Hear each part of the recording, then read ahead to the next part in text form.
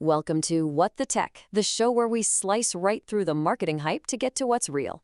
Today we're talking about a weapon that sounds like it's straight out of science fiction, a real-life force field designed to take down one of the scariest new threats out there, the drone swarm.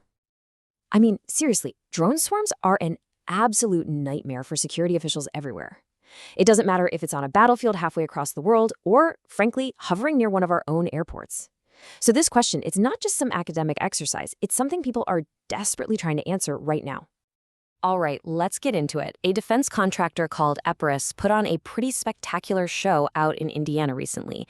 They were showing off their brand new weapon, a system they call Leonidas, and you better believe they made sure the right people were watching. And get this, Axios was the only media outlet that got an invite. The reporter really painted a picture, didn't they? This wasn't some boring test in a lab. This was a loud, clear, and very visual statement about a new kind of power. To really hammer the point home, the whole 2-hour demonstration ended with a huge finale.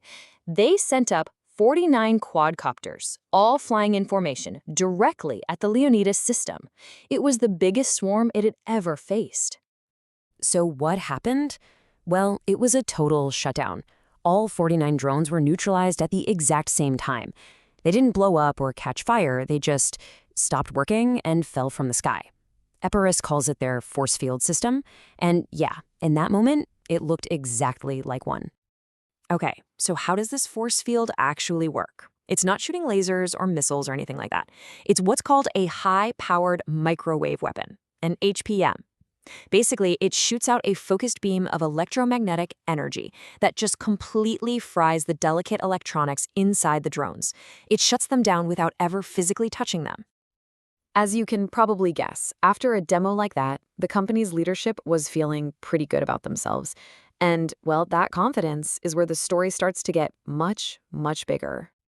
Yeah, the CEO, Andy Lowry, he did not mince words. He told Axios this was a singularity event. Now, that's a huge term to throw around. A singularity isn't just an improvement. It's a fundamental, reality-bending change. But just look at their sales pitch. This isn't just about war zones anymore. They are making the case that this technology is desperately needed right here, at home. We're talking about protecting everything from power plants and ports to the next World Cup. To really back up that singularity talk, the company has literally built an entire military doctrine around their tech. They're trying to fundamentally change how military strategists even think about conflict. You know, for decades, military doctrine has had 5 domains of warfare: air, land, sea, space, and cyber. That's it. Epirus is out here arguing that massive swarms of cheap, networked machines create a brand new 6th domain, one that, surprise, surprise, requires their weapons to fight in. Okay, so we've got an impressive demo, a super bold quote, and a whole new vision for warfare. But you're watching What the Tech, and you know what that means. It's time for a hard-hitting reality check. Let's circle back to that massive claim from the CEO. The word singularity suggests there's no going back, that everything has changed.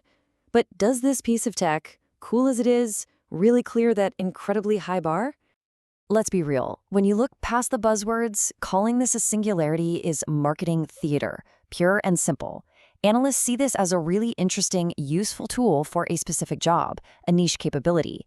It is absolutely not a civilization-level turning point. It's a new tool, not a whole new reality. And what about that no ammo cost line? It sounds amazing, right? No expensive missiles to buy? But these systems are incredibly power hungry. They need massive amounts of energy, sophisticated cooling systems just to keep from melting, and they have their own constant expensive maintenance needs. Those are real costs that just get swept under the rug in the sales pitch. And you have to look at the demo itself. I mean, context is everything. Taking down 49 slow, predictable, off-the-shelf style drones in a perfectly controlled test, that's one thing. Facing a swarm of high-speed, military-grade drones that are hardened against electronic attacks in the middle of a chaotic, real-world battle, that is a completely different ballgame. So, if this weapon isn't some magical singularity, then what is it? Well, it's the next move in a very, very high-stakes game of technological cat and mouse. Look, this is not checkmate. It never is. The second a weapon like Leonidas hits the field, adversaries are already working on how to beat it. They're going to add electronic shielding, they're going to use decoys, they're going to change their swarm tactics. This is just one move in an arms race that never, ever ends. The reality for military planners is that these HPM weapons aren't going to replace everything else, not by a long shot. They'll be used right alongside regular guns, missiles, and cyber warfare tools. It's about adding a new club to your golf bag, not throwing out all your old ones. And this brings us to what I think is the most important part of this whole story, the part that has huge implications that go way beyond any single piece of military hardware. What we're seeing with companies like Epirus is this new kind of tech pipeline. It starts with venture capital money, the tech gets proven with big military contracts, and then, almost immediately, it gets pitched for use right here in our own cities for civilian security. And this is the real headline here. It's not about a new gadget. It's that the very idea of a battlefield is expanding. Technology that was designed for war is being systematically brought home and normalized for use at our airports, our stadiums, our public squares. The line between a war zone and a civilian space is getting very, very blurry. And that forces us to ask some really tough questions. As these unbelievably powerful systems move from some far-off battlefield into our own backyards, what trade-offs are we actually willing to make for security? And when you have military-grade tech guarding a football game, who's really in control?